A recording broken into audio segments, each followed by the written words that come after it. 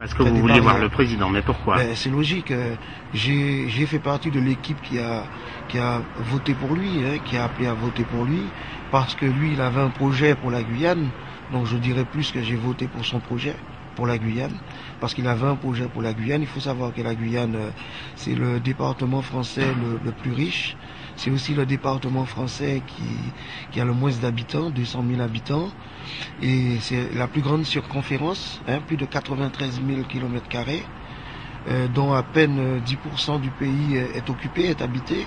Le reste, c'est la forêt. Donc c'est un pays qui a plein d'avenir. Les ressources du sous-sol sont très riches, de l'or, du pétrole. Il y a tout ce qu'on trouve ailleurs, on le trouve chez nous. Et malgré ça, notre département reste le plus endetté de France. Il faudrait savoir pourquoi les services de l'État le soupçonnent d'être gêneur. J'ai tenu responsable de cet endettement les responsables politiques de l'exécutif, donc région, département, mairie, qui ont osé aller aux élections législatives en tant que candidat. Et j'ai trouvé que c'était inadmissible.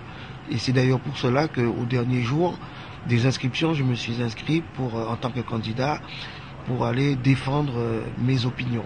J'ai fait perdre les élections législatives aux deux candidats de l'UMP parce que quand ils s'étaient tous mis d'accord, les politiciens de l'exécutif chez moi, pour faire tomber Taubira, dès le premier tour, j'ai appelé à voter Madame Taubira. En dehors du candidat indépendantiste qui, lui, ne fait pas partie de l'exécutif, et puis en dehors de Madame Taubira, tous les autres, je les ai attaqués. Et donc ils ont tous ressenti les contre-coups. Moi, je ne fais partie d'aucune organisation, d'aucun groupe politique. J'étais simplement un citoyen qui a eu envie de dire les choses telles qu'il les voyait. On me donne 60 hectares de terrain, on me donne de quoi financer mon projet et on me donne en plus le diplôme que j'étais en train de préparer de directeur d'exploitation. J'ai demandé de me le mettre par écrit et j'ai le dénoncé devant les médias. Et on m'a dit tu vas payer ça. C'est pour montrer, parce que chez moi, c'est comme cela. Tout, c'est des dessous de table.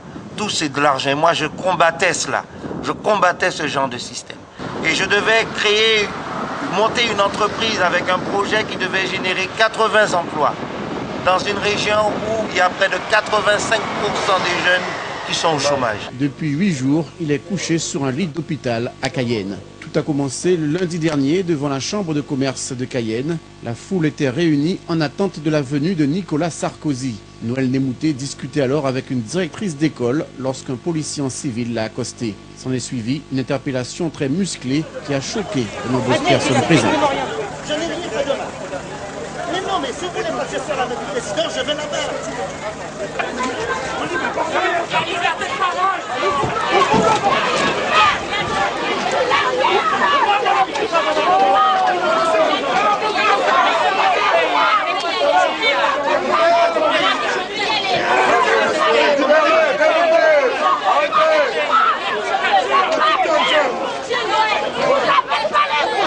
Et après, je demande, si vous ne voulez pas que je sois là avec le président, dites, je vais dans un autre endroit. Et là, comme ils ne me répondent pas, je sors au milieu d'eux. Et c'est ça qui est important dans cette arrestation, c'est que je sors au milieu d'une dizaine de gardes et je retourne à ma place, personne ne me stoppe. Sauf qu'au talkie-walkie, on leur demande de m'emmener par tous les moyens. Et c'est là qu'il y en a un qui dit, mais chope-le. Et c'est à ce moment-là qu'il tombe sur moi. Il y a un gars des RG, je l'ai reconnu. Et les deux gars du service sécurité et deux gars de la BAC. Et ils me tombent dessus, puis ils me traînent jusqu'à la voiture. Et puis, mais j'ai déjà mon pouce en moins, c'est parce qu'ils me l'ont abîmé pour me faire lâcher la barrière.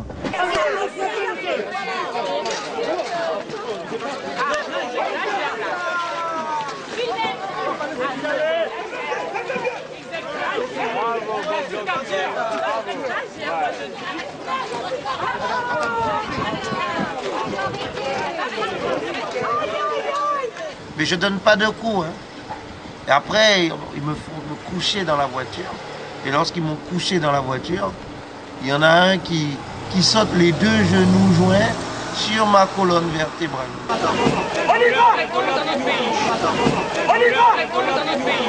Et c'est là qu'il m'abîme ma colonne.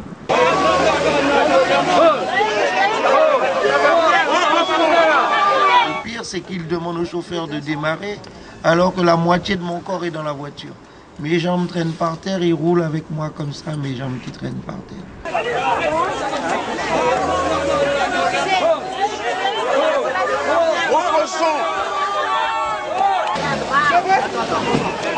On m'a opéré le genou, puisqu'il fallait l'opérer. J'ai fait un malaise cardiaque sur la route, alors ils se sont arrêtés sur la route. Et le SAMU est venu me guérir, me donner des trucs pour me ramener, quoi. Qui n'a rien fait, qui était là depuis 1 heure de temps. Il n'a pas bougé un instant. L'incident a été provoqué entièrement par la police. Et sur ce papier, en gros, c'était marqué que comme si je m'apprêtais à tenter quelque chose contre le président. Êtes-vous conscient que vous vouliez faire quelque chose? J'ai dit, pas du tout. J'ai demandé au gars qui voulait m'arrêter pour quelle raison il voulait m'arrêter. Il m'a dit de répondre par oui ou par non. J'ai dit, je réponds comme je l'entends. Il m'a dit, Marc, oui. J'ai dit, mais vous allez signer vous-même votre papier. Moi, je refuse de signer. Et puis, ils ont mis une petite caméra d'ordinateur sur ma tête depuis le début de l'interrogatoire. Et puis, chaque fois qu'il me posait la question, il lisait sur son ordinateur. Ça veut dire qu'il y avait des gens qui étaient soit au palais de justice ou ailleurs, qui étaient en train de poser les questions pour lui, pour m'essayer de me piéger. Mais moi, je suis un vieux brillant, moi, je ne me piège pas comme ça. Il a porté plainte sur cette affaire, constatant son agression pendant 4 fois, et à 4 reprises, il a été débouté. Et à la dernière reprise, le doyen des juges d'instruction de Guyane lui a demandé de présenter une caution de 1 500 € et qu'il prenne un avocat d'aide juridictionnelle. Alors, ce qui fait qu'il a payé 1 500 €, mais ça n'a rien donné.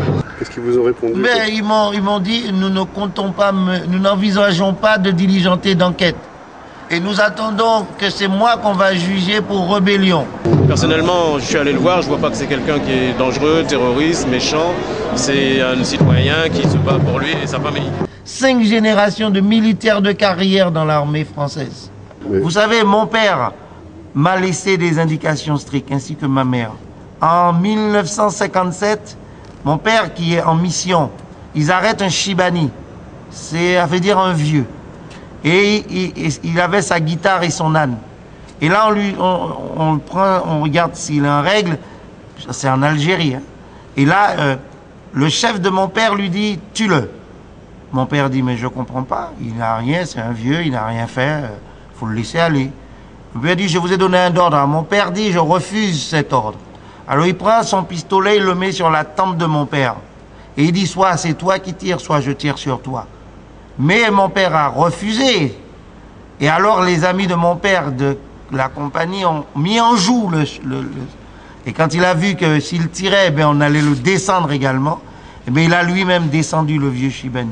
Tout cela est important parce que quand une chose est illégale, il ne faut pas hésiter, même au péril de sa vie, à montrer qu'on est contre une chose. Voilà. Et mon père a dénoncé l'Algérie en disant que ce n'était pas une guerre, mais des assassinats en règle, légalisés. Et nous, notre famille, nous sommes des guerriers forgerons. Mon nom signifie guerrier forgeron.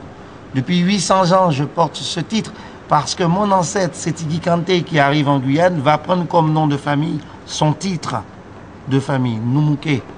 Les Noumous sont les forges, les Ké, les guerriers forgerons. Alors, par rapport et avec le respect du nom que j'ai, je me dois de ne pas faiblir et ni faillir ici. Voilà pourquoi je suis dans ce combat. Merci, merci beaucoup. Bravo. 1 mois de grève de la faim, ça n'est pas rien. C'est dans son cas presque 1 kilo par mois de perdu, en tous les cas 1 kilo par jour de perdu lors de cette dernière semaine. C'est au point de vue biologique presque plus de sucre, c'est-à-dire presque pas d'essence pour faire marcher le moteur, des troubles sur le sel, le potassium, etc. Mais en plus, c'est une grève de la faim qui a 2 particularités. La première, c'est que c'est pas au départ quelqu'un en bonne santé. C'est quelqu'un qui a des troubles de santé graves, à la fois suite à l'accident, à ses problèmes neurologiques et accidentels, et aussi à des problèmes cardiovasculaires qui ne sont pas simples, et que c'est plus facile de faire une grève de la faim longue quand on est un sportif de compétition que quand on est quelqu'un de blessé.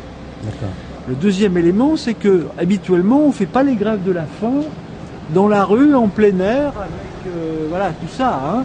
Encore aujourd'hui, il y a une tente, mais pendant les 3 premières semaines, il n'y avait rien et c'était... moi, c'est la première fois que je voyais faire ça dans la rue, sans eau, sans toilette, sans équilibre par le froid. Et donc, il y a des jours qui ont compté double.